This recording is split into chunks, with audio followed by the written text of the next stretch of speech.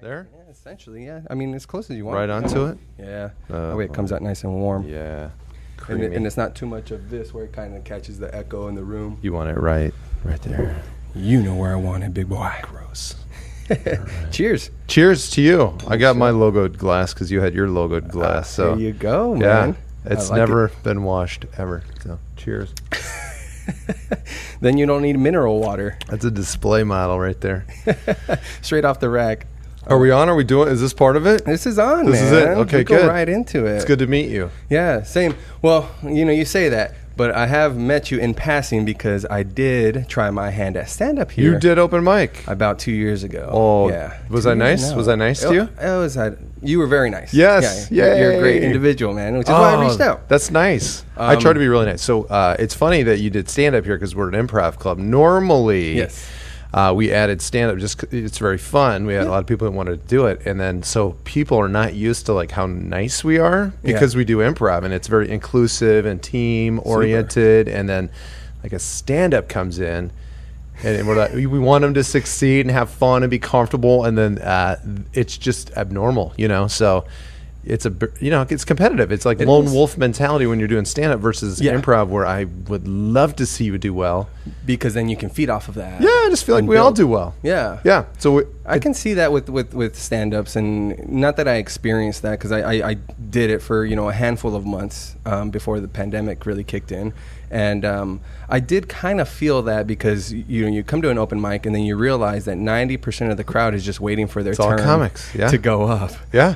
But you do have those people that really support, and they're laughing at everything that misses. And I'm drawing a blank on his name, but the host. It changes every week, so it could have been Ryan. Yeah, it was Ryan. Ryan, okay, at the time. Yeah. It was him, and I remember one time I was like, lay it on me. He's like, hey man, he's like, you're all set up.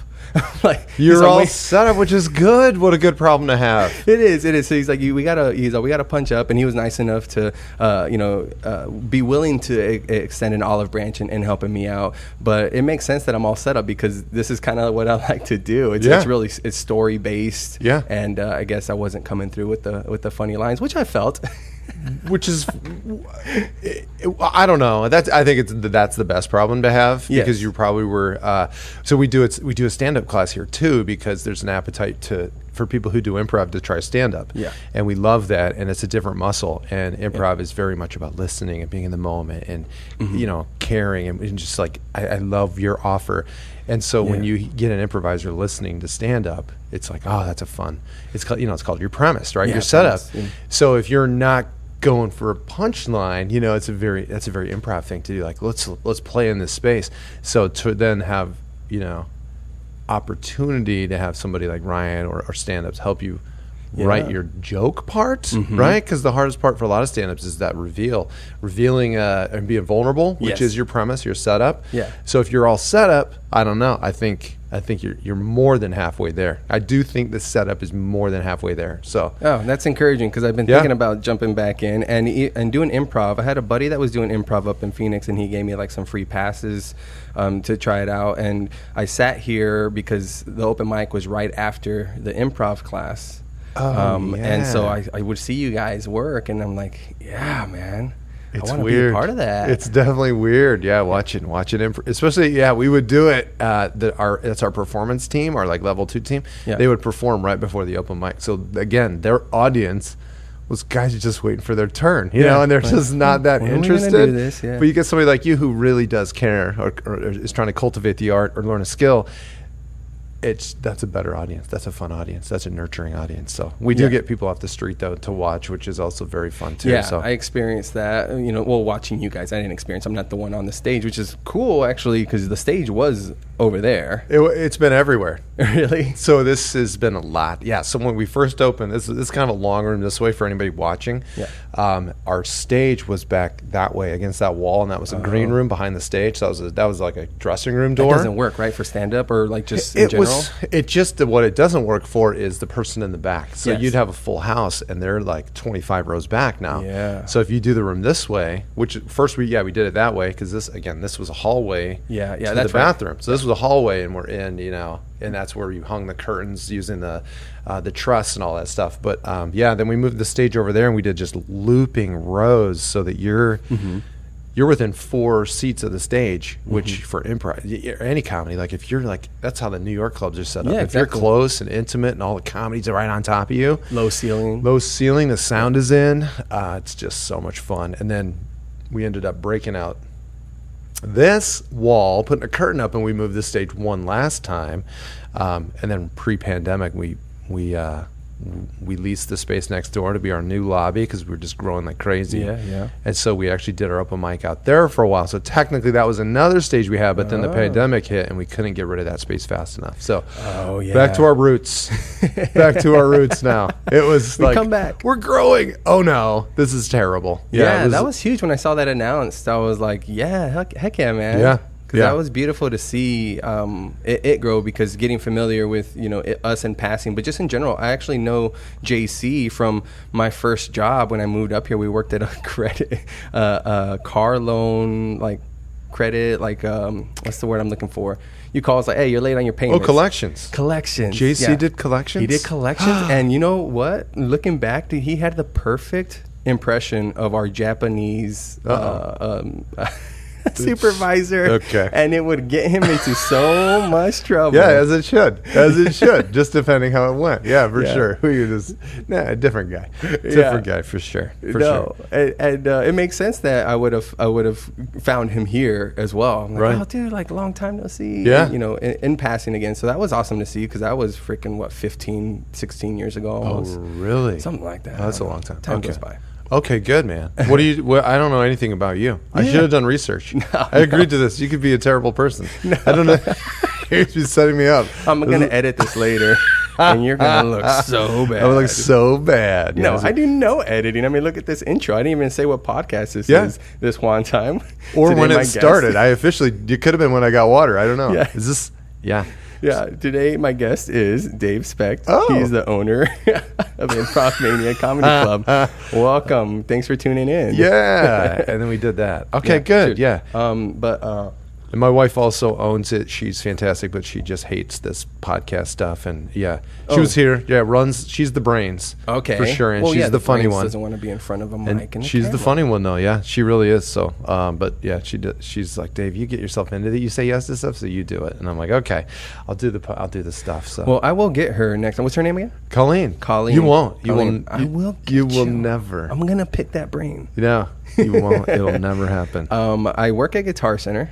Been there for 12 years, so I'm a part-time So maybe musician. your logo looking like a guitar pick was a thing. what would you say? Not Freudian, but it's like subconsciously. Yeah, it for just sure. went that way. It wasn't meant to be a guitar pick, That's awesome. but also I play bass.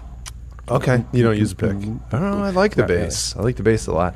I used to play. Well, I play guitar, just only a tiny little bit, like most people. And I got an electric guitar as a gift, and I just really hated it because it's so little. It was so little in my. I'm a bigger guy, Yeah. just long, and it looked You're like, cartoonish this is a on toy. me. This is a toy. Yeah, so I love the idea of it. I never played bass, but I'm like, I like the size of the bass guitar better. Yeah. Which is a strange way to choose. Well, it can feel, I guess, like a bigger because it's a deeper instrument. You can really feel the bass notes coming through you, depending on what you play through. Subwoofers and amps. Whereas a guitar is all chimey, right? It's all chimey. Yeah. It's all It can be sizzle. much. Okay. Yeah, it's settled. The bass is settled like you, like your premises. Yeah. Your premise Oh guy. yeah, it's the Man. backbone. Boom. See, everything's kind of coming together. You're gonna be back. You're gonna be doing Dude, punchlines. I gotta tell you, and I've if anybody has listened to any of my other videos and podcasts where I've brought it up, but so the first night I decide to come down, was thinking about it for like 3 weeks. I should give stand up a shot. I got some funny things. I think. All right, let's come up with the premise. I come up with this premise, of course, and it's so like, I want to say basic, but you might pick it apart. But it was about this one time I hooked up with a cougar. She was 22 years my elder. Okay. And so I'm just gonna go there. I'm gonna be raunchy. I'm gonna do this. I'm gonna do that. Right. So I come up and I was like, 5 minutes. So I'll make 7 minutes of material and just kind of work through it. Right? I get here and the list is already long. So now I get to a point and they're like, it's going to be 3 minutes. And I'm just like, oh no, I have this grand story to tell. Oh, right? Yeah. And so I'm like, all right, mental gymnastics. Let's just do this, whatever. Like, you got this. Sit down. And then the room starts filling up. And I'm like, there's a lot of people here for this open mic. All cougars. And it's a cougar there night? was actually a group of women, but that was because one of the classes was graduating that night. Oh, great. So there's tons of people there. And then I realized, oh, wait, they're all here to see, certain people. And I'm like, man, there's a lot of, women here. And I'm kind of raunchy with this. And I don't know, man, should I still do it? Nah, talk yourself, up. All right, cool. I guess the headliner, so the one that brought in the most people, she kills it, does well, because you guys have a great course here. Kills it. And the room clears out. So right after. Yeah. Now, so it was more a showcase and then an open mic following, and they were like, not interested in waiting for 40 people. Of course. Yeah. No. And you know what? He had to bring him in because Tristan Bolin was actually next up. And they're like, you guys are missing out on a gem, dude. Like, Tristan's amazing. So they called a few people back in. They stayed. I'm like, okay, now you got people back. All right, cool. You're not going to do it in front of nobody, And then that goes, and then the room clears out. And poor bless his heart. I'm not sure if his photo's up here, but he kind of drowns out the audience at that time. I don't know how much better he's gotten, but it was brutal to follow him. And I ended up performing in front of like 4 or 5 people. Oh. Because it was a long night. Yeah. Yeah, you guys had a lot of people. As you should. But it was just crazy to like go, okay, I'm going to do it. Oh my God, there's now I got to do 5 minutes of material in 3 minutes. Oh my God, there's so many people. Don't do it. Go ahead and leave. Nah, you got this. And then the room clears out. And then you're doing what you should do. Oh, dude. Your first time should be, not in front of a bunch of people. Yeah. Oh, yeah, for sure. Ideally, yeah. I was jumping over stools. I was on my back. Wow. All right. I got video out there of it. You do? Yeah. Oh, man. It's whatever. You've grown as an artist since then, probably. Maybe. Who knows? We don't know. Maybe the following will, this show, they'll all come and see you now, like try your stuff. Yeah. Do you stay in touch with her? Oh, no. No? Oh, interesting. Okay. Interesting. That didn't go anywhere. Wow. No. Of course not. No. Oh, that's too bad. That's nice. Maybe I could have got more premises out of it. Yeah, you don't know. You maybe so. So what about you? What are you like real insecure about? Ooh, well, I actually just made a post about this on my Instagram as far as like physical insecurities. Physical? So, physical insecurities would be my vitiligo, my big ears, my big nose, my chubbiness. Wow, okay. All physical for you. No biceps. No so biceps. That would be my physical attributes. This is your vanity, but okay. Yeah, there you go. There you go. That's totally what it is, right? I feel like you're a good-looking guy. That's, yeah. Okay. I mean, the two of us. Where's your HR department? They're going, which one's insecure about his looks? And they'll go, oh, for sure, this guy. No, that's why I got a peacock with this. Too much. I love these sushi socks from Fry's. They match with my. These are nice. Yeah. Saved by the Bell T-shirt. Yeah. Okay. But no, obviously, if you talk to my wife, I don't communicate enough, and maybe I am. I like to think that I can be vulnerable, but I think there's defense mechanisms that don't allow me to actually feel like. For sure, there are. The realness of it until like I'm alone, far away from somebody, and who knows? Yeah, you're guarded. I think we all are. To an extent, right? But you Survival. Specifically, I mean, yeah. I would have to be. I can't acknowledge that I'm not. We're leaning in on you. Not everyone. What's behind that smile, Dave? Exactly. You're smiling in every photo. You don't cry in this podcast. We haven't done our job at the comedy club. That is true. We better. I think I've cried maybe 3 times on this podcast. You have? Yeah. Wow. Well, my dad died right before I started it. Oh, that's terrible. Okay. Yeah. So talking about that, and we weren't close. So we had those moments where it's there's a nice premise. That's a very good premise. Yeah. Stuff you didn't get to do with them that you wish you would have. That's huge to talk about. Huge to talk about. Walking on him, having an affair? What are we talking about? I don't know. Just stuff you missed out on for sure. You feel like you missed stuff, right? I had to have. Oh, yeah. Yeah. Okay. You weren't close. Yeah. Oh, yeah. That's great to touch on because it's super relatable.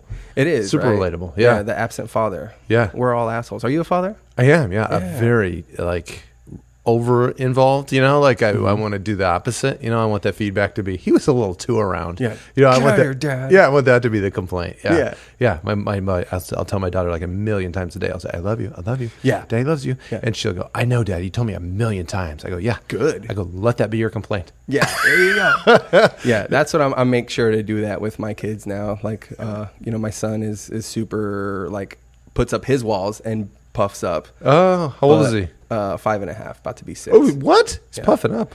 Yeah, he puffs up and he's got to be the hard ass, and then you just go, come here, buddy, give me a hug. 5-year-old hard ass? I love you. It's so foreign to me.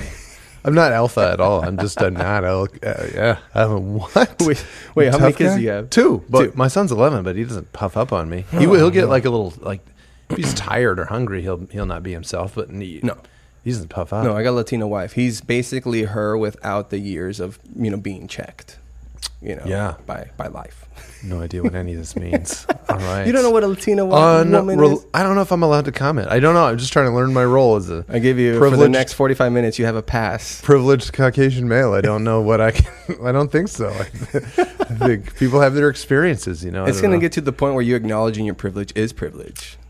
Ooh, is it? I think so, that's unfortunate. It's a privilege to acknowledge. Yeah, I don't know. I'm not sure. But it's funny though. We did have our level 1 stand-up writing class last week. And this lady, African American woman, and she talked about growing up in segregation and all the terrible things that she we're talking about vulnerability and what she's insecure about and all that stuff. And then she goes up and is just like, oh my, nothing that ever has happened, and then the next guy goes up, he's a white male, and he's like, I got no problems at all. I'm a little chubby, but this is like, whoa, what a perspective. But my mind went to what if she talked about all the good things that segregation got her? That would be a crazy premise. Right. That would be whoa. It could. But yeah, just the exercise of where you want to start, and where do you want to who you are, digging deep and finding your voice. And to start there, you go, I'm going to go out on a limb and say that there was a very small upside for some folks that were in that situation. You can't say that there's not. It's the yin and the yang. In evil, there's a bit of good, and in good, there's a bit of evil. I won't go ahead and get into what they were, what I even think they were, because I won't claim to know, but I'm going to say, thought experiment. I'll allow it. That's out there. This is you. Who's your most savage stand-up out here that can dive into that? Maybe you should give her that premise. A very good, yeah. And then accept the slap. What's the good news of it? Yeah. And then she was talking about, auditioning, and she didn't get a part as a zombie on The Walking Dead. So she's like, see, they're still segregating. I'm not even, So there are how far can you go with the pain? Just stuff you didn't get to do with your dad, you didn't even get to feel his disappointment. The rest of us. Yes. Yeah. But I can't judge him for that because my dad did come here illegally in the late 70s or early 70s many times and was deported many times. When you go through something like that. For a better life? Yes. Yeah. And I'm thankful. And he was naturalized. He did go through the routes, but he was 15 when he left his small village by himself. He was the youngest in his family to come create a bigger life, and you couldn't have met more of a workaholic than him, which is why he was absent. So you'd say he always was leaving? Yeah, he was. I mean, if you're gonna go that far, if you want to, how far back had he left? Well, he left his mom's uterus. Yeah. How far? Yeah. He left the hospital. Yeah, without checking out. He left the nothingness of where we come from. Right? Yeah. He just whoop, I'm going. Gone. You're not supposed to, I'm going. How try and stop me. His and then whole they life. bring him back. And then he's like, no. Yeah. Yeah, you're not due yet. We'll put you. No, I'm going. I'm crossing over. Even when he was dying, they had him on 3 different blood pressure medications. He's like, I'm trying to leave, guys. Oh, and he says, yeah, you have 3 weeks to live. And he goes, I'll decide. Yeah, exactly. I'm leaving now. He's, I'll see ya. And then they brought him back. And okay, see, that's a weird friggin' premise. But how far you take it, that's where you can find. That's where you can find the humor, man. So you have to find humor, or else Life is too hard, too fucked up. Yeah, can be. Again, I don't know. It's too good for me. So. What do you mean? What? No, it's not too no, good for you. No, it's not. I'm teasing. I'm just going with the idea that I don't have You're hardship. You're not allowed to. I don't have That's hardship. ridiculous, man. But it is fun to watch the difference of what people, perceive their hardship to be. Like, yes. Oh, my Prius took a little longer to start today. Yeah. Ugh, these salmon socks barely match my silk shirt. Whatever socks you have, It's just how far your hardship goes. So, yeah. Well, it's. I mean, it gets to the point where you get old enough where it's like, all right, check yourself. But as a kid, if the toughest part is, that they're having what we would say are basic issues or non-issues, or hey, somebody has it way harder than you. But at that point in time, you haven't experienced anything worse than that. So you don't know. It's all relative. Yeah, it's all for sure. Pain is all relative. It all is. Loss. Yeah. Hardship. Speaking of loss, though, let's flip that and gain. How did you come about owning this place? Thank you. I was just about to say, let's really sell some tickets here. Yes. Let's do, how do they come up with that magic that they're after they wipe their tears? Oh, I want to give that privileged guy more money. No, but no, we. So I met my wife doing improv. So we were performing in the same troupe up in Scottsdale, and then we met and we performed together a long time, and then we started dating, got married, did all that stuff, and then. We both lived in Chandler, and we were just, performing in Scottsdale and performing in Phoenix. And then we, there's just nothing. This is like almost 10 years ago in Chandler, like in the, I don't know, people watch this way in the future. But this is around 2012-ish, 2011, okay. 2010. There wasn't like anything going on really in downtown Chandler as far as entertainment. I mean, there were bars coming. Yeah. But it had this kind of, I guess young people weren't like going out. Not even young, anybody.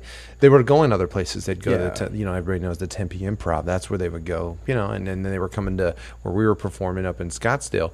But there was just nothing. And we were like, gosh, people are driving here from Chandler. Like, what if they stayed home in Chandler and we had a place? So we were just like, in our minds going, we don't need a giant audience. Let's just do a thing at a little. So we partnered with an art gallery and we started doing shows at it. So people came and we were like, oh, it's so much fun. And then we just really wanted our own space. We wanted to teach and we wanted, every now and then we get a corporate entertainment gig. Yeah, those are fun. Tons.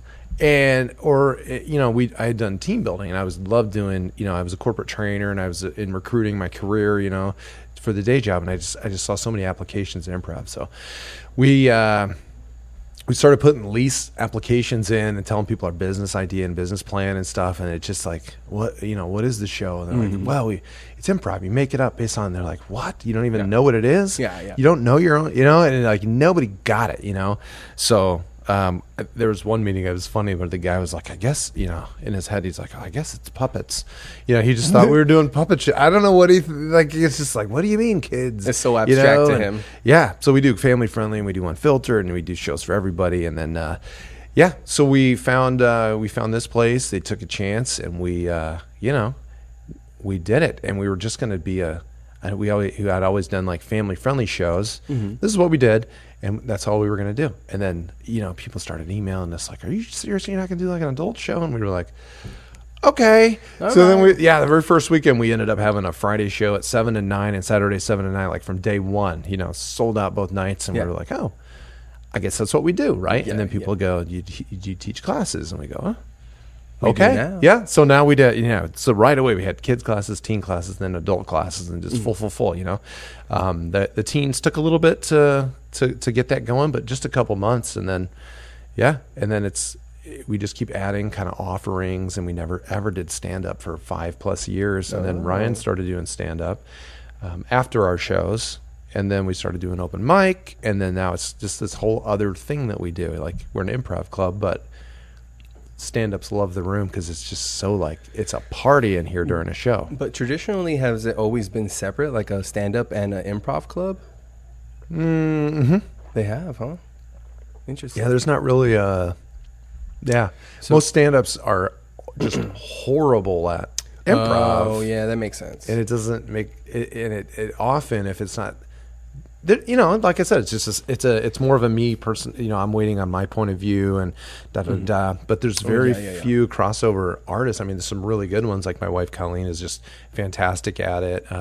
There's some great, like a Savannah Hernandez or a Vikas Kumar, or some guys who've done really good improv, and then man, they're very comfortable on stage, and they get how to write from a point of view, and they get how to tag a joke, and they get how to put them together, because that's how an improv show goes. So once you do, I think if you do improv first, getting into stand-up's easier, but you try to get a stand-up person to like start listening to other people on stage when they're used to like surviving and fighting and doing their own time. It's just hard under the lights to get them to like shift a little bit. Yeah. But going from improv to stand-up is just so much cleaner as far as a skill set. So yeah, because I guess it lays down a better foundation. Yeah, I guess. Yeah, that makes sense. Yeah, I could see some people, arguing otherwise, but it's just a tougher transition to go from. Unless you're a really diligent writer and you understand how you're writing and why you're writing a certain way.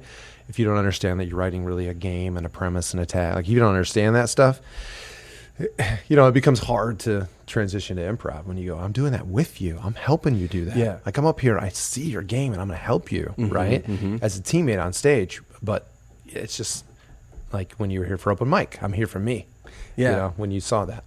Yeah. And I made sure to, like, if I saw somebody that had like a particular premise, I'd be like, hey, you might not want this, but I was like, here's a tagline that maybe you could throw in there. Yeah. And it's just like, hey, use it as you wish, man. Yeah. Like, that's a great premise. I think this would be an added benefit. There you go. Yeah. Or you'll see it worded funny and they give up on it because it didn't hit, and you go, oh, no.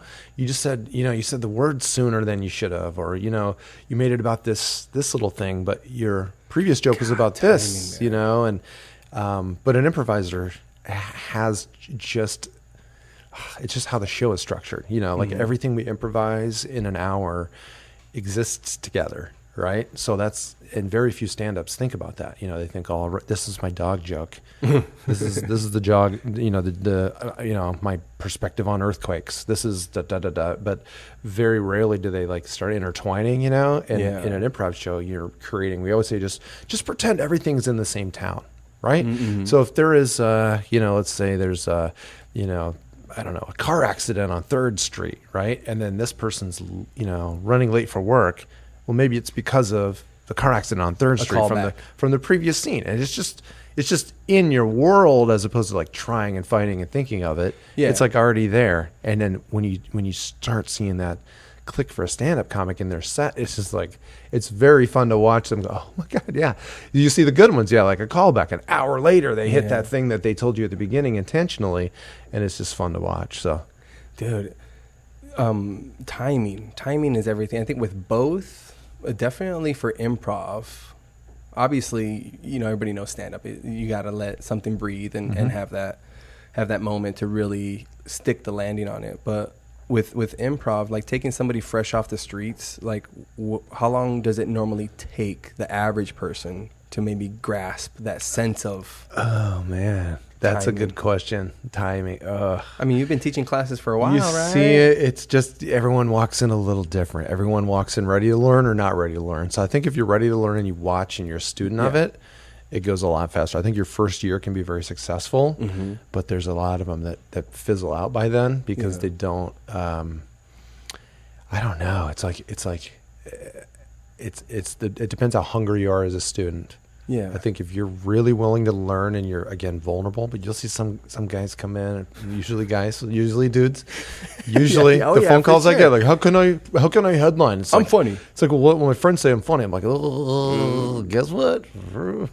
White males, I'll tell you every time. It's every time, It's like, just take the time. But you'll see, like, if they're not willing to learn, and like, how come the audience hates me, and how come that joke doesn't hit, and it's like, they don't take time to like really cultivate and figure out their voice. So I think if you do all that stuff, your first year can be very productive. But a lot of people, 3 years in, they finally start getting comfortable. And that's where if you do a little improv first, and you again learn it as a student, you get on stage and you feel what being on stage feels like, and you feel what silence feels like, and you feel just what movement on stage, and you feel what the lights feel like. Like not every bit of silence needs to be filled with a funny sound at all, or something at all. Let it breathe. Let it breathe. Let your premise sit there for a second. Yeah. Let them, point them in a direction, and then you misdirect them. But if you're a student, and you really ought to watch as much as you perform. And I think when you're a student, I really believe that. Yeah, watching film.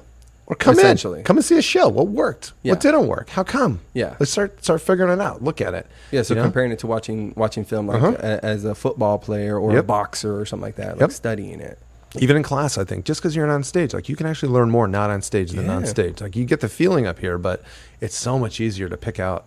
We call it the game of the scene. Like when you're in the audience, it's just easier to pick that out than when you're like in the moment. You're just, most people are surviving. So But how long does it take? It really depends. Like how hungry and how humble of a student you are. Okay. So if you're a regular, humble, hungry student, it can go rather quickly. For people who love something, there's a formula, just like everything. There's a formula to it. Yeah. Like there's some chefs that just they've got it, but there's some chefs who learned it. I know some improvisers who are not funny people, but they understand the formula. Same thing with stand-up. You see it all the time. So it just depends how humble and hungry you are as a student, I think. Yeah. Okay. So that's the first question you dodged. People like definite answers. Oh, you want an answer? People want definite answers. They want to know if they sign up for your class. 4th week, third day in. So we've never had a terrible showcase. That's what I'll say too. We've never had a terrible one. So you'll have success on stage. Will you be a headliner? Nah, probably not. In 4 weeks or however long it takes. But you're gonna have. You'll be way closer. You'll be way closer, and you'll have a great time doing it. Yeah, and you'll make friends. And if you want to, but everybody does it for different reasons too. Like you may take stand-up class because you want to, or improv class because you just want to be comfortable in front of people. You might be a salesperson. You might be one of those demo people at Costco, and you just want to know how to engage people. Yeah. So everyone does it for different reasons too. They're not all trying to be famous. You don't live. Are you pretty good at reading people? Like as far as like. I'm pretty good at reading people. Yeah. As far as like how to engage them. For sure. Okay. For sure. And and some people they don't want to break through. I'll just say day one. The more vulnerable you can be. Yes. The better you're going to be at this. And if you don't want to be vulnerable, you can't be. That's okay. But you're going to struggle, and that's also okay. But I'll push you as far as you're willing. You're going to let me. Let us push you. Yeah. And we'll say where the weaknesses are, where we think your opportunities are, as opposed to weaknesses. So, for sure. Well, because I think what makes it instantly funny is that self-deprecating type of comedy. Like you're willing to make fun of yourself, and really either point out your flaws, like you were asking, like what am I self-conscious about? And like if you're able to attack that, it allows you to relate to people better. For sure. Connect right away. Right away. Be like, oh, you feel like that too? Oh, shit. Yeah. Everybody can either I know that guy, or that was my dad, or I'm that guy, or I married that guy, or I dumped that guy, or I'm trying to find that guy. But everybody, if you're relatable like that, for sure. Yeah. But as far as reading people, it's just very, very fun. I mean, especially with our audience, we do a ton of crowd work here. It's just unlike it's unlike a lot of shows where the improv shows really, really, really engage the audience. I've been at some where they'll go, give me a location, and that's all you say, right? And that's it. But this is like, we're going to interview this couple and figure out how they met, like what is going on with these two people, and then we spotlight them on stage. And it's almost like we draw, you go to the park and there's that caricature artist, and you're like, well, how come my eyebrows are so bushy? And like, well, they're a little bushy, so I just made them bigger. So you take those things and you put them under a magnifying glass, and it's so much fun to do. This is fun, and they know it. I'm getting excited just to listen to it. It's fun to highlight the stuff they already said. It's not us making it up. It's us highlighting the things that that they came up with. So I think it's very fun. Yeah. I saw on a little bit of your bio that I saw that you did some time at Second City. True. In Chicago. I did, yeah. What years? Oh, it's not as big as it seems. So I did training there. So I never did their main stage stuff. I did, right before I moved. So I moved here in 2001. So 2000, between 2000 and 2001, I was in their training program. Yeah. So ready to progress. It's what I wanted to do. And then I got an opportunity with the job I had to move out here. So gotcha. I loved it. So I wanted to do the late night writing. Like they have so many fun things in Chicago of things you can do in comedy. Mm-hmm. And that was right after I think Conan. I think Conan had just kind of become a name, like a very big name. I think he got his show in 97-ish, something like that. And then people just didn't know him for a long time. And then 2001, it became like, oh, this new, like, dude that was right around killing it. Where Triumph, the insult comic dog, on his show. Because I know he was showcased on the South Park movie, which would have been 97. Yeah. So, yeah, sad. So for people that aren't familiar with Second City, like the big names that came out of there would be what? So Conan, I didn't know Conan was there. But, it's just I don't know that he came out of there, but it was either Second City or IO, Improv Olympic. I did both of those things. Okay. So everybody who came out of you got Bill Murray, people. I mean, everybody knows that name. Cicely Strong, recently, Saturday Night Live, but you'll see all these people who either went through that one or Toronto. Yeah, Toronto. And you'll see all the comedy in it. Chris Farley. That was the thing that got me, was like, Chris Farley went to this school in Chicago, and I was in Chicago, and I was like, what did he do? Yeah. That's a thing? Like, I just had no idea how you got on. Right, you think you just get found, right? Yeah. How do they find you? Yeah. You're like funny with your friends, and your friend you're just like, how does that happen? Hey, Hollywood, when you're a kid. But now you know, like, people know. You see the tapes, you see the audition tapes. But when you're in the '90s, you just who knew? Nobody knew anything, right? But then you hear you say school, and you go, wow, comedy school. Yeah. What? What is that? The hell is that? I'll go to comedy school. So then you start learning, like, how you develop characters and point of view, and you go, oh, this is crazy, and we're making it up, and it's just crazy. And then there's courses where you write and you learn characters, and the Groundlings in LA's crazy fun and good too, or Will Ferrell came out of there, and it's just when you hear comedy school, I can and then you can learn it, and you go, oh, there's technique, and there's a science and a formula, and you're not just you may be born innately funny, but like, how do you do that? Because you'll see people there, I'm funny with my friend, but I suck on stage on this, and you go, well, hang on, like, think of one time you were funny with your friends, like, what were you doing? And let's say you were saying you've got terrible vision, right? So you were giving your buddy a hard time about having terrible vision. You might have said something like, "Oh, your eyes are so bad," and the guy's like, "Yeah, that's why you're wearing that outfit." And they're like, "Okay, so your premise is he has bad vision, right?" Yeah. So then you start, all of you, naming things that become a problem for him with bad vision, right? Yeah. So when you really break down being funny with your friends, it's the same. You have a premise, and you all hit on it, and together you're all laughing in the car about the same exact thing. But and also you're all chiming because you guys in. have history, so you kind of know a background. So I guess the longer you do improv with somebody, and kind of, I guess you're not really making fun of them. You're almost making fun of the character. Or it's whatever comes up. It doesn't have to be making fun of anybody, but it can just be something that comes up in the scene. But that's when you start saying, "Oh, I laugh with my friends so much." You're actually playing. You're discovering a game, and you're playing it. Yeah. And people never take the time to, like, dissect. Like, you don't just start laughing in the car. Like, what started it? Mm-hmm. And then what'd you all do? Oh, we all piled on that one weird thing, right? And then we couldn't stop laughing, because once we stopped laughing, someone would name another one, right? And that's the same as tagging your jokes, right? And then it's just like the formula is right there in front of you. Right? And they go, how come I can't do it on stage? It's like, you can. Just the execution. You can't start laughing in the car. You got to start by connecting with your scene partner and discovering something, right? So that's the same thing with comedy writing. You have to get the audience there. They don't just start laughing. You got to slow. It's like making an omelet, man. You can't just set that bitch on high and then just crack an egg and be like, where'd that come from? Where's that happening? How'd you get to the kitchen? What time of day is it? Let's figure this all out. It's 2:30 in the morning. It's not all magic. Coming home hammered.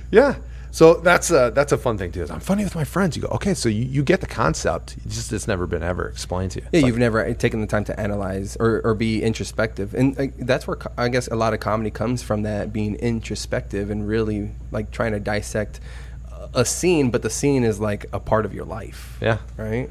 Yeah. Recognizable, just like you were talking about. Like, I know that guy. I know that situation. Oh, that's fun. Okay, that's funny and relatable. And that can be. And how can you make it relatable when you're on that side? How can you make it relatable to other people? Yeah. You ready to give it another try? Are you going to do it again? More think comedy? I think I do want to try some improv. Yeah? I bring up Second City because one of my workout buddies, I'm part of this free men's workout group that's nationwide. It's called F3. And he actually did some time at Second City. Okay. Steve Carell and Steve Stephen Carell. Colbert were his instructors. Really? Man. Yeah. And so he's a funny individual in that sense. And his brother, to name drop, is actually married to Stephanie Weir. Oh, from Weird Ass. Yeah, Weird Ass. Yeah, Dassey's. Stephanie Weir is Bob Dassey. They're married, yeah. Yeah, so his brother is Ed Dassey, who lives Okay. here. And, yeah, he's the one that got me into the workout group. How funny is that? So I'm thinking we need to set up an F3 group improv night and get all the workout guys out here. Get him here, and we'll get that dude on stage. Give me tutus, give me all that. Dude. Get him up there. Whoa. Well, I want to see all the guys that are just like too serious about themselves get up here and be silly. Yeah. Well, it's lucky I knew Stephanie Weir, right? Because that show hasn't been on forever. Yeah. She was at the Phoenix Improv Festival years and years and years and years ago with Bob while she was on. I think she was on Mad TV at the time. Yeah. Right? It would have been. I mean, I think she was there to what? Maybe mid to late 2000s? Yeah. So they were out and they do Weir and Dassey. It's Weird Ass is the name of their group, and I hosted the night that I brought them on stage. Oh, really? Yeah. Dang. Yeah. And then I remember doing a workshop with Bob Dassey. Yeah. Super talented. Yeah. Super talented. Yeah. I met him once for Ed's 50th birthday. And he seemed like a good dude. I mean, Ed's a good dude. It's his brother. All right, cool. Yeah. Screw Ed, man. Right? We know Bob. Yeah. There you go. Yeah. That is amazing. No, I definitely want to. I've been thinking about it again. Giving it like another go. Yeah. And not to be anything or not to make it, but just to flex that muscle. Yeah. Yeah. It adds a lot to whatever you do. It really does. Like becoming a better communicator, better eye contact, better listener, more involved, more engaged, more present. Well, this is what I'm doing, man. I need to do all those things. That's what I liked when you reached out to me, because it's weird. I'm nobody, but I own a comedy club. So people think, oh my God, not oh my God, but they think they want a part of it, right? And they don't know what part they want of it. Mm-hmm. They want to perform. They want to da-da-da-da. And you just get the weirdest. I was telling you right before we started, like the phone calls I get are just obnoxious. Yeah. Some of them, right? Just how do I perform? And it's like, what have you ever done? And nothing, you know? What the hell was I going to say? Oh, and then when you said you wanted to do a podcast, I was like, I just get a lot of it, right? And I don't like a lot of, I don't listen. I listen to Conan O'Brien's podcast. I might listen to like How I Made This, or a little bit like while I'm working out, but I don't listen to a lot of podcasts. So I don't, don't put a lot of value in them. Yes. Yeah. And then I said, send me one. And then you did, and I was like, "Oh my gosh, he does the real thing. Like it's not just your phone on the table, trying to be funny." That's the ones I don't like. Is you're trying to be funny, because I don't really want to do a funny podcast. I like to just talk, and then if you want to talk about what we like, that's cool. But you were so interested, as a podcast host. Yeah, thanks, man. Instead of trying to get your point of view out there. You were so interested. So it's I guess I'm listening, but like I said, like that's like the selfish, not the selfishness, but like the self-fulfilling thing that I'm doing is it allows me to pick the brains of people that are doing things and that I could learn from. Yeah, it's smart. That's a smart way to do it. Again, I work at Guitar Center. I get this stuff pretty cheap. Oh, no way. Let's do it. That's a good mic, too. Nice little mic stand. Very good mic. Yeah. I'll have to reach out to you. We produce a youth theater, too. Have a nonprofit. Yes. So is that the... Chandler Youth Theater. Yeah, we had that was our weekly team meeting that you were here setting up during. Yeah, so some good things. Yeah, a lot going on. Tons going on. Things. We just hired a new director. Like it's grown. We've way outgrown this space. So it's a good problem to have. But yeah, it's a nonprofit. Yeah. So F3, if you're looking to sponsor a nonprofit, F3, right? F3. It's an unofficial official organization. Well, when you said you work out for free, I go, what is it? What does it mean? It's literally free. It's just. Are they luring you into something bigger? No, not really. No? I've been doing it for 2.5 years now. The big ask is coming. Once you're in, here, you owe us. Yeah, exactly. How long you been coming now? Come here. Come in the back room. You're in the cult, man. It's all outdoors. It's peer led. We start off our workouts because everybody takes turn leading it, and you say, "I'm not a professional. Go at your own pace." Oh wow, is needed. And yeah, it's outside, rain, shine. So led by not an expert. No, exactly. No wonder it's free. No one there even knows how it started. He was, I don't know. He just started doing jumping jacks. We were here. We just jumped in. That's fun. What else would you do not led by an expert? This is your premise. I mean, shit. I had okay. I'll go to paint by no. I'll go to those art paint nights with the wine. Yeah. We don't know who's in charge. No, but some hairs out here. Okay. We all come out with handprints. I don't know. Exactly. Yeah, you're going to be like a mechanic, when you're done, just paint all over you. Who knows? Maybe somebody would be like painting upside down or on their back. Yeah. You don't know what kind of shit you'll we come all across. We all tailor each other's clothes. None of us are good at it, but we owe each other. Yeah, exactly. We take turns. Yeah. We take turns. That's the big thing with it is everybody does take turns, so you do have like a taste of what everybody else comes like. You're pretty lanky. Are you a runner or anything like that? Is this me right now? Or you're role playing at the park? Yeah, I worked out this morning. I did an hour of. It's weird. I took a little break there, but I worked out every day for about 85 days, and then I fell off the wagon because we just bought a building, and I've been stressed out of my mind. Anyway, but yes, I do. I wouldn't say I'm a runner. Yeah, I jog. I do a 10-minute jog warm up. Yeah. So I do that quite often, and then I did an hour of. It was just the elliptical today. Just easy on the hips and knees. But yeah. I'm lanky. That's something I got in my mind is back to we were doing something and I'm like so serious with my thing that I'm just like, oh yeah, asking me, you're like, wait, hold up, are we still messing up? I thought you were at the park going, hey, are you lanky? And I was like, is this me at the park? Do you want me to do the park guy? See, that's why I need classes. I go, yeah, I'm the park guy. I'll do the thing. Or I should just jump in. But I do. I'll do pull-ups. I can actually do a lot of for a tall, skinny guy. I can do a bunch of pull-ups. So I like doing that. Those are so good for you. Very good. Yeah, good for the shoulders and all that. Yeah. Did you do rock climbing too? Like any of that? No. That seems pretty tough. It seems scary. That I have tried it and I wasn't in the right. I don't know. You got to be like very it's almost. I feel like you need to be as light as you can be for rock climbing, and it's a ton of you're up against the wall, and it's a lot. It is a lot of this. A lot of hip action. And it's a lot of you have to legs. Be up. You can't have your. No, you can't be. It's like right up on it. So I don't know. Just sniffing the wall. When I did try it, I wasn't in like great shape. I'm in okay shape now, but it's like you should be as light as you can be. It would make sense. It's like going camp or hiking, right? Hiking. It's like all your weight, and it's a vertical hike. Oh, it's not just at an incline. Vertical hike. Led by no one. There's no expert at this gym. We take turns. I think the harness is on right. I don't know. Yeah, right. We take turns. Who knows? I'll give you a lanky. Are you a lanky? Yeah. Yeah, you're a lanky. We'll figure it out at 1,200 feet. There we did it. We did it, man.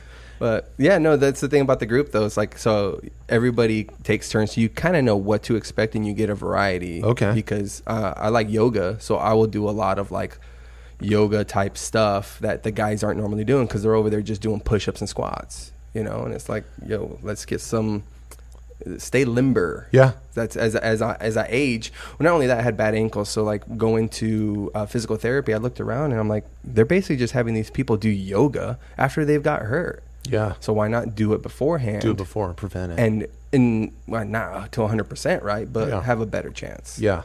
Yeah. I was picturing you going home right now and your son puffing up on you. I'm just concerned about you going home. Yeah. Yeah. No. He takes my lunch money every now and then. In your house, he's the alpha male.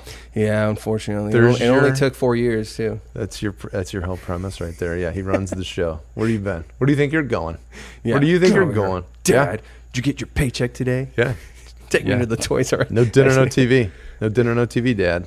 He calls you by your name too. Bring me a beer. You call my name. Yeah. Come here, Juan. Yeah, Juan. You're like, got real serious. Yeah, he's in charge. How many kids are there? That I have running around that I know of? Two. Yeah. Now I'm not your typical Mexican. I only have 2 kids. You're saying these things. I'm not going to participate in that. What does that mean? I waited till my late 20s to have kids. Conscientious? What do you mean, typical Mexican?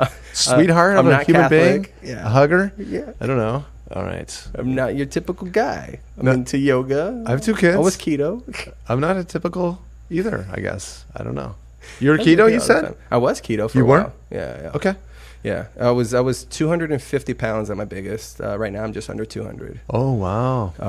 I was always athletic, but married somebody that wasn't and who loved to cook. Yeah. Yeah, so very easy. Heard that one before. Right into it. Yeah. So obviously your wife don't like to cook, right? Yeah. No, she does. She's very healthy, though. She's very healthy. She does run. She is a runner. She's a runner. She ran today. No wonder she handles shit, because as a runner, it's like, why am I doing this? But it's like one foot in front of the other. It's just go. She's in great shape. Very good, good with... I wasn't going to comment on her physical, stature, but since we're there... Are we? I don't know. Oh, I don't know if I opened that door. I was just saying she's in great shape. Oh, that's all I said. I didn't say comment on my wife. You what? I feel like she's definitely not coming on. I feel like I know who you are now. I can read people. I can read people. That's why I normally wear it like this. Okay. So that's why. Yeah. So today I'm, So you're buttoned up for me. Yeah, this is the. Until you didn't. You told me who you really were. Just told me. And I showed you the 2 hairs on my chest. Usually not even like this. I should tell you that. I'm like falling apart like every freaking minute that goes by. Oh, you're doing great. What lies have I already told him? They're stacking too high. I've Jenga'd myself into a lie stack. You're doing awesome, man. Jenga. Yeah. I think it's been fun. I'm glad we did it. Your setup is incredible. Yeah. How many listeners or where can they find this? Well, it's I posted to Anchor FM, which posts it to pretty much everything else. The Google, iTunes, okay. Spotify. Okay, good. And then I'll edit the video and literally just compress the sound so it sounds nice and loud, so people aren't like, okay, they're doing it, and it sounds warm. And then I'll edit the intro and the outro so it's clean. Right. I mean, you saw our intro. It's fucking just us shooting the shit. I tell people, I was like, listen, it's like me. Instead of me saying, hey, let's go to the bar or the coffee shop. Yeah. And let me just talk to you. I think the one I watched was at a bar. It was. Yeah, Wasn't it? Yeah, what was it again? I can't remember. Did he work at the bar? Yeah, no. So that was Dave Miranda. He was a local MC rapper for a long time. And now he hosts his own interview YouTube show. A lot cleaner, way better production than this. A little bit shorter because it's more of an interview thing. But I was like, dude, like, let's talk to you. You're a super positive dude. He's somebody that should get into like some sort of stand up himself. Sure. I have so many friends like that, and I'm sure he still have people, right? He does performance too. Live performance. He's already done that.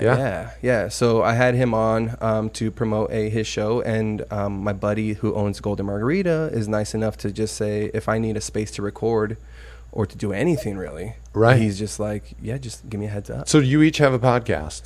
He has an interview show. Got it. Yeah. So you could have both used the exact same footage, but never said who was hosting. Yeah, except he's not asking me like interviewing questions. Oh, I see. Yeah. You definitely heavy interviewed. Okay, yeah, that makes sense. Because it's a conversation, right? You guys did. Yeah, you just had a conversation. Yeah, and my next question for you, to bring it back to like an interview type stuff, is like, I hear you have a new location en route. Yeah, on the horizon. Hypothetically, that would be your next question. Yeah, it would, but we're kind of done here. So no, we're not. No, we did. We bought a building. So this is the weirdest thing ever. So we expanded, right? You expanded, and then the pandemic happened, and we were mandated to close, and we were closed for 7 months, which is impossible for literally a room that's just to get together and breathe and laugh in. You're realty, right? But wait, there's more. But you're a realty, right? I'm getting there, Juan. Okay. You're jumping ahead. All right. So, and then we let it breathe. So we expanded, right? We added 1,700 square feet. We doubled our footprint, and then the pandemic happened, and we were like, oh my God. Yeah. So I went into it like, I'm a recruiter again by what I was in my career. So I was finding these businesses like, please take over this corner location, take it over. So we found somebody, they took it over, and then we were just surviving because we still weren't open yet, right? And then even when we did open, it was like, I don't know, a lot of the cast members have like family members at risk. For sure. We lost loved ones. It's like nobody wanted to come back when it was time. Yeah.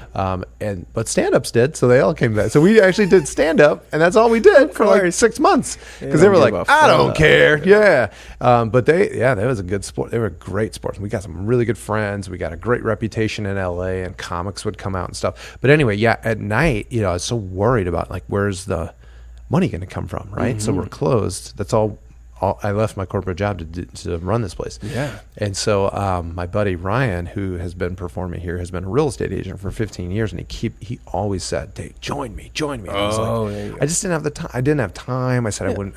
I just don't have time to dedicate to it. Guess what? I had plenty of during the pandemic. Yeah. So I would put the kids to bed, and then I would go back down in my office and like go do real estate school online at nighttime. So I did that over the course of a few months, however long that real estate school. It was actually a lot of work. Was there a time where you wanted to back out? There was definitely overwhelming nights, but I had to do something. And I've always been, I always have 3 things going normally, So I was like, this seems like I should have this thing going, because I could marry it with the improv club. I meet a lot of people every weekend. Yeah.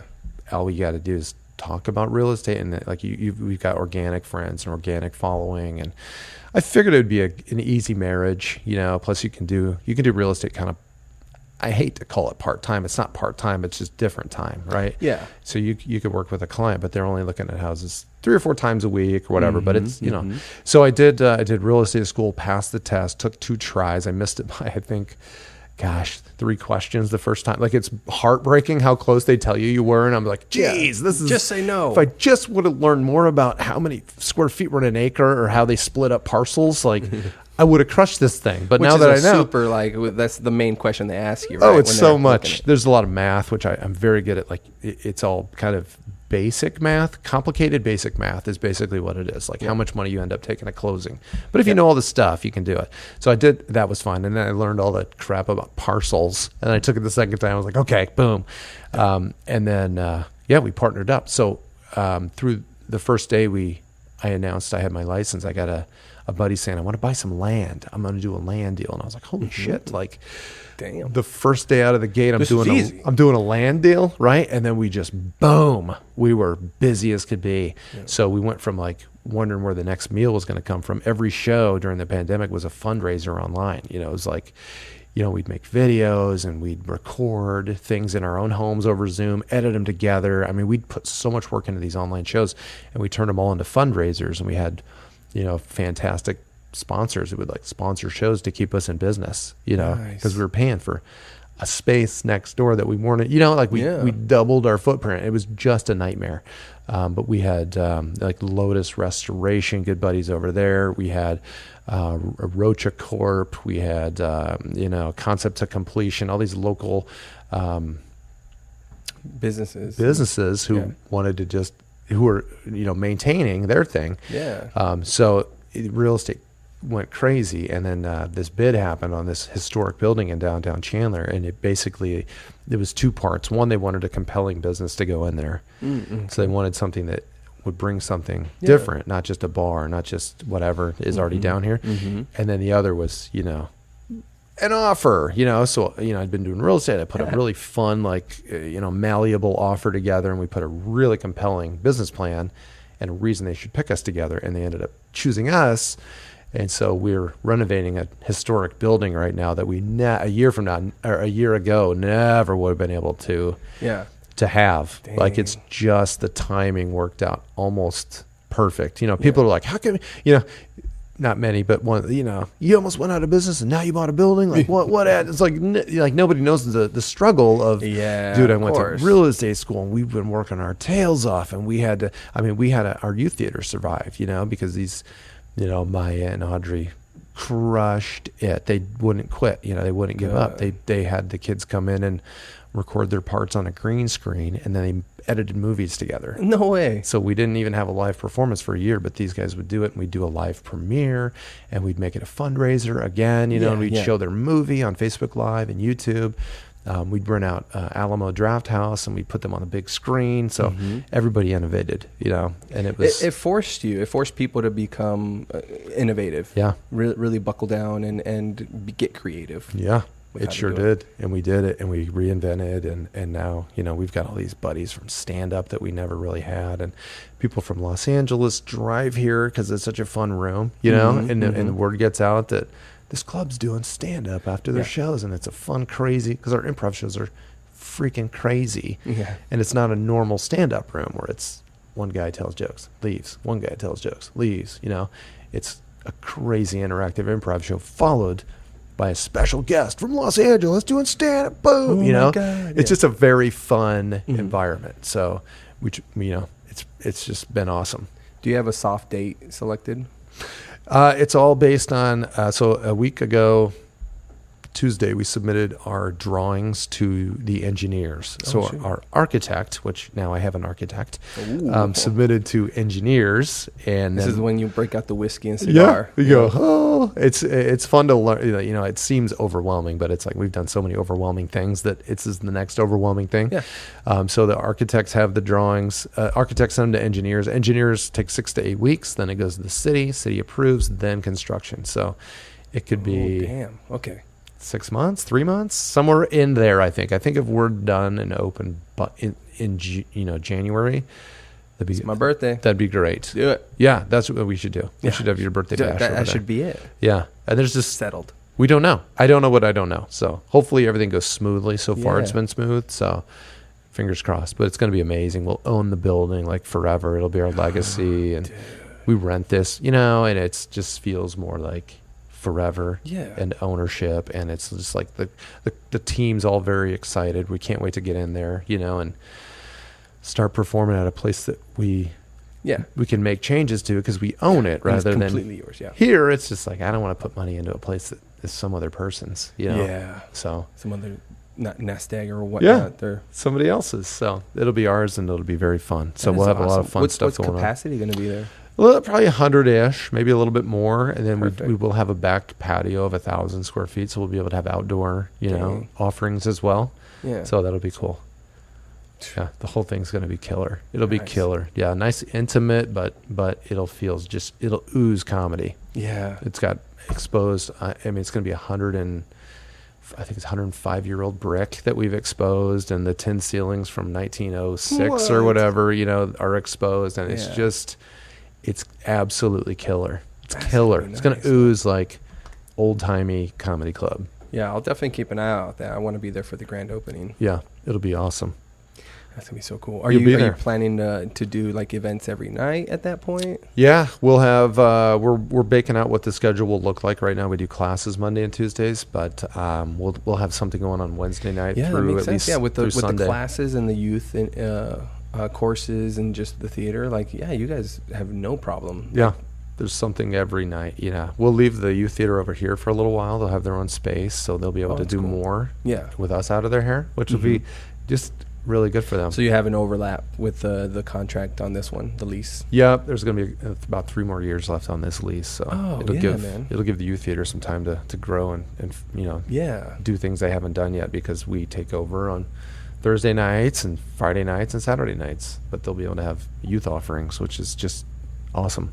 Nice.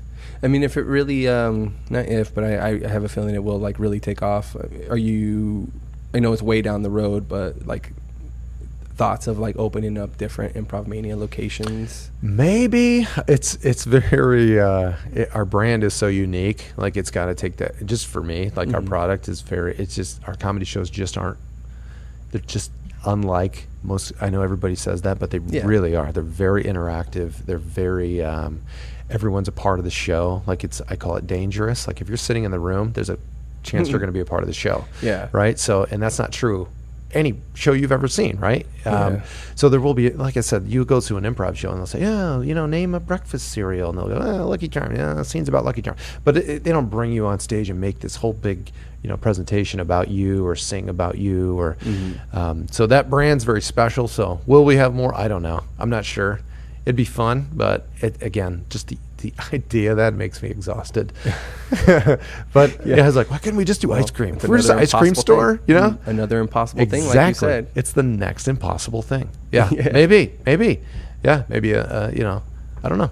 Yeah, Scottsdale or La Jolla. Who knows? Ooh. Who knows? Yeah, it'd be very fun. It'd be super fun. Yeah. So what do you do to unwind though? Because it's hard. Yeah. I try to. That's a really good question, because I do. Like I said, we run the youth theater, we run improvMANIA, the comedy club. We're always doing real estate, but I I really try to, when I'm home, I really try, hopefully the kids listen to this someday and realize how hard we try, is to really just be present when we're present. Yeah. That's so hard. And it's very hard because we'll go, we'll get a call about a team building or a schedule overlap or a thing, and we try to keep the, away from the kids. We really do try. It does bleed in a little bit, For sure. But we try to just be very present when we're present. And then same thing on vacations. If we take vacation, we try to just not have anything scheduled. No call is going to change the world, no phone call changes the world. So, we try to keep that. If we're at a hotel, I'd leave my phone in the hotel, like during the day. If we go to, amusement park or whatever, I'll just go, what am I going to miss? Yeah, exactly. I'm already with anybody who I would care about. Who matters in this moment. Yeah. So who matters to it? Yeah. So that's how we try to unwind that way. And then I just try to regularly just get to the gym, because that's just like, it helps you stay physically healthy, makes me mentally healthy. I get a chance to think and unwind and feel good, and it's better for the kids, better for my wife, and it's just better. So those little, like, trying to just stay focused and compartmentalizing and being present, I think. Yeah, that's the hardest thing. Like I said, I'm into yoga, so meditation is something that I have done before, and it's definitely slipped. But yeah, trying to be present in the moment is one of the hardest things to do. Yeah. When we got this thing in our pocket that's just calling at us. Yeah. Don't you feel sick? Like, you look at it too much and you feel sick. Yeah. Like, what am I even doing? What am I doing? What am I doing? Yeah. Like, I try not to open and certain then you lie to apps. yourself, right? Because it's like, well, I'm working business, right? Or you go, how hot's it going to be tomorrow? What, when you're putting the kids' clothes out and you're like, what was I doing? I got sucked into like my alerts, and then you go, what am I checking? I don't even remember. And you forget. So what were you like as a kid, man? I didn't do any acting. I didn't do any theater in high school. Really? I didn't do any acting at all till. When did it call to you? 25. That's when I joined. I heard Chris Farley did class at Second City. I go, what? I want to do, maybe earlier than that. 23, 4, something like that. Maybe 25. Something early 20s is when I started doing. I was always, I guess, funny with my friends. They would say, how come you don't, how come you don't do comedy? Or why don't you do? And I just, in front of a crowd, I wasn't that guy. I was very shy, and it wasn't my thing. And then slowly I was like, God, I do have a knack. Like, I get it. Everything that the curriculum was teaching me, like, I got it, I got it and could apply it. And I go, I think I got a thing. I think I like this, first of all, and I think I'm good at it. I think so. And then, when I announced I was moving, it was almost like an intervention with my class there. Oh. It was very fun, where they were like, are you sure? Are you sure this is what you want to do? And I still get messages like, I remember that day you guys moved, and it's not conceited like it sounds. It's like they really, my class stayed friends, even before Facebook. We were all, this is 2000, before we would all just stay in touch and, keep in touch with what everybody's doing. And then when, we hit the ground out here and, started doing improv and creating improv, they were like, oh, thank goodness, like, you didn't leave this, so they were scared of you leaving not just leaving them or the city, right? but doing it, like leaving the art and not doing it anymore. Because, when you see somebody, not like they should be doing this, but like, you could if you wanted to, that, right? Like, you could do that. It's very nice. And some have come out. My old teacher has come out and, seen the place. And my high school drama teacher came out. I never did drama, right? I never did it. And she was like, where the heck were you in high school? And I was really? Like, I wasn't this guy. So how did she find out you were doing it? My mom worked at the school too, and they were buddies. So they came out and she visited my mom, and they came to a show, and she just was like, what? Unrecognizable, from high school. We're just shy and introverted, just with the friends, funny, but I had I did the open mic at Devil's Advocate, and I've been really close with one of my high school teachers. He was a great dude, lead student council for statewide. So very out like this, outward. In high school, you see that and you go, wow. Yeah, I couldn't do that. I know. Dude, he's like in his late 60s and just has the energy of more energy than me for that. And he is married to my kindergarten teacher. Okay. They were both up watching my stand-up at Devil's Advocate on Monday, which is wild, So that was definitely a cool feeling. Yeah, and she's like, wait, he's into cougars? Hang on, hold on. At that time, I was talking about like Amazon interdimensional shipping and like just stupid stuff. Yeah, important to you though. Basically, my marriage was being kept together by Amazon Prime account that was under my name, like that shit. Oh, like, that's good. Yeah, so yeah, she definitely complimented me on my premise, lack of punchlines, of course. Interesting. She was just talking about the premise, but yeah. How fun is that, dude? How fun is that? That was so. I definitely relate to having the teacher in the audience. Yeah. Mine was stand up. Yours is improv. Yeah. So it's way more. Not that you have to be more vulnerable, but I think you might have to be for improv because you're relying on somebody else. Yeah, I think you're in tune. Marriage. I also host the shows too, so I'm like the host of it, and right. she just was just like, "What? Ooh. Who is this kid?" You know, So I mean, what was your trajectory as a kid? Then what were you planning? As much as one can plan at that age. I would have said lawyer. I had an uncle who was a lawyer. I thought it sounded cool, so I thought, I was okay in school, but and then you just struggle when you get into like an office job. You just, if you don't have the heart for it, So I always would go, gosh, look at everyone. I mean, I was always that guy. I would go into an office and go, God, do they even know? Does anyone feel like this too? Because I promise somebody listening will be like, you just shove it. Yeah, you shove it away. You go, this is what I have to do. I have to do this, like 8 to 5, literally. Ooh. Does anyone? Guys, why are we wearing nice shirts? We're on the phone. Like, what are we doing? But it's lawyers, right? I picture lawyers being kind of savage. I wasn't a lawyer. I ended up going into finance. Oh, okay.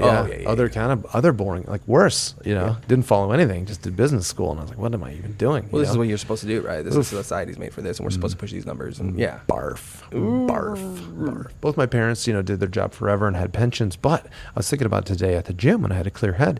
They both were raised on farms.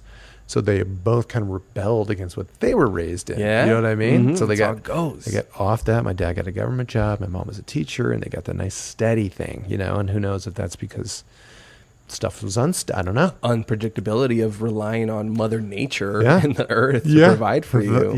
Do it yourself. And then I thought, well, maybe I am following in their footsteps by not following in their footsteps. Yeah. Oh, yeah. You say that? Did you hear that, Dad? Yeah. Click. Yeah, Dad. Nah. He was like, this is nice. I mean, he did the nice, steady, steady job that provided and had dental and all that stuff, And I'd go into an office and I did it, forever. What it seems like. I did an office job probably almost 20 years, Whoa. And the whole time I was just going, God, why? Why do we do this? Why do we drive here? And I was a recruiter, so I go to other people's offices, because I was recruiting for them. And I just was like, gosh, they do the same thing. They all drive here. And then these people all drive here. I go, what's different? Just the name on the building? And I was like, what difference does it make which office you drive to? Ooh. Did it feel weird recruiting people into a workspace that you were like, oh. Yes. Oh, yeah, man. Yeah. I would even leave it. And I go, if you're with a business partner or whatever, you go, I can't imagine going in there. What's wrong with that place? I go, could you imagine every day that feels normal to you? And then we'd go back to our office where it felt normal to them or whatever. And I go, this is also awful. It just didn't seem right, Freaking, it's falling, the wallpaper, the pretty wallpaper's falling apart. Yeah. It's all crumbling. It's all crumble. Yeah. Yeah. Dude. So, but most people do it, and or they don't have the means to get out of it. And forever, I didn't have the means to get out of it. We did, when you can make just enough to like pay your mortgage with your little comedy thing. You know what I mean? And that's kind of what it was leading up to the pandemic. And you're like, we'll make the leap, and I'm not going into that office anymore. And then you do it, and the world falls apart. And then you got to do real estate, and then you got to do, figure the next thing out. You got to do online shows. Yeah. So. But I mean, real estate, it seems like a cool endeavor because, like you said, it opens you up to tons of people you wouldn't otherwise talk to. Yep. There's different avenues there. The time schedule, it's not part-time, but it is kind of part-time because of the hour. The way what we think is you should be working 8 to 10 hours a day, or else you don't have a real job. Yeah. And it's like, what kind of mentality is that? Yeah. Even at the office job, I had a buddy, and we'd go, gosh, we only make really. You're supposed to make 100 calls a day. It's like, we would make 5 because you knew which clients would buy from you. Oh yeah. So we would just call those ones, and then you could spend all this time. It's busy work. You're filling it in with nonsense where you could actually be a productive member of a society and of your family elsewhere by spending more time with them. Yeah. Or you could make those 100 calls and be an A student, or you could do effortlessly mediocre work and be B+. And I was like, dude, I'll do effortlessly mediocre work and be B+, rather than killing myself. And it's and for what, right? For some guarantee that you can enjoy your life for like the last 7 to 12 years if you don't have a medical issue. Come on. That's retirement. 7 to 10. That's all you get. And then put you down. Well, I'm out of water, man. You got to do it again. We'll have to do part 2. We will, man. I'd love to. Maybe to promote the new location or at the new location. Yeah. Or shoot, man. At this point, I'd be looking for people to have on. So anybody. Yeah. We've got people that want to do a podcast on the patio when we get the new patio. Yeah. I'd totally be down. Be killer. Help out with that in any way I can. Do a podcast. Yeah. I love it. On the patio. Podcast on the patio. P-O-P? Podcast. That's right. Yeah. Do it. Oh, you just did the sound effects. We're going to edit that. Are you? Out? No. Edit in? Edit. Oh, I'm going to go. I learned this one, I don't remember where I saw it, but somebody poured water, and they made the sound effect to go. Whoa. And it sounds like water, You go, oh my gosh, that sounds just like water. How did they do that? Our part 2 of our podcast, the next time we do it, will be the vast library of your sound effects. Oh, I think that's it. I think that's the one, though. I just love that one. And then I actually saw Keegan-Michael Key. I don't know if he's with Stephanie Weir, but he did, the guy's just, he's insane amount of energy when he improvises. And he did this thing where he pulled out a whiteboard and he goes, and he wrote on the whiteboard, and I go, I was always anti doing your own sound effects. And I go, gosh, sparingly, I could see the benefit of that. Yeah. It's like a comic that always says fuck, right? Or something like that. It's like very sparingly. No, use it in the right placement. Just once, and then it's powerful. Or newbies will take a bite of an apple and they always go, and you go, please don't. You don't have to. No, don't you. You don't need to do an apple sound. Yeah, never again. Yeah, I'm not a big fan of them on stage, but every now and then, you do one in the microphone or whatever. It's fun, but yeah, sparingly. Use it like a genie wish. You only get 3. Oh, okay? There you go. There you go. Yeah, and the last one you gotta set them free. So really 2. That's right. Yeah, and you can never use that sound effect again. Yeah, gone. Until people start paying out the ass to hear it. Then you can pay me. Yeah, pay me.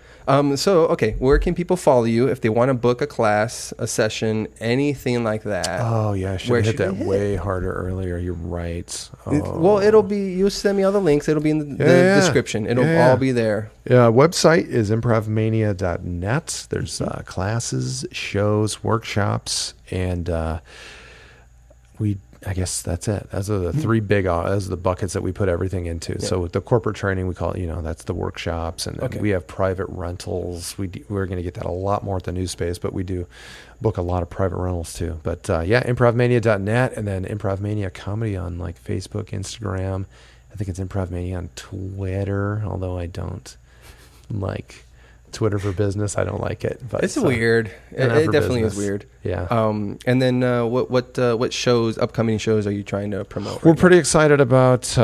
Let's see. We've got our 9:00 Improv Unfiltered show. We always have a stand-up comedy guest. We have family-friendly shows Saturdays at 7, and the big show we have coming up September 17th and 18th. We have Jamie Kennedy coming out from Los Angeles. I opened for him a while back at a different venue, and I was like, "You should come to our club." And he was like, "Do it, let's book it." And then we booked it. So yeah, fun guy. It'll be fun to have him here in Chandler. But yeah, Jamie Kennedy will be here. And then we got hopefully a couple other names people recognize coming out. But even when it's not a famous person, the show's like a crazy ass fun time. Yeah. So yeah. Perfect, man. Yeah, man. Dave, it was a pleasure. You too. Thanks, man. Yeah. I need you to do your magic on your wife and have her come on, because apparently she's the funny one for sure. All right, beautiful. Sure. All right. Guys, thanks for tuning in for this one time. Please get out and catch a show at improvMANIA and book them. All right, adios. All right, love you, man. Bye. Love you too. Yeah. Oh, Maya, I talked about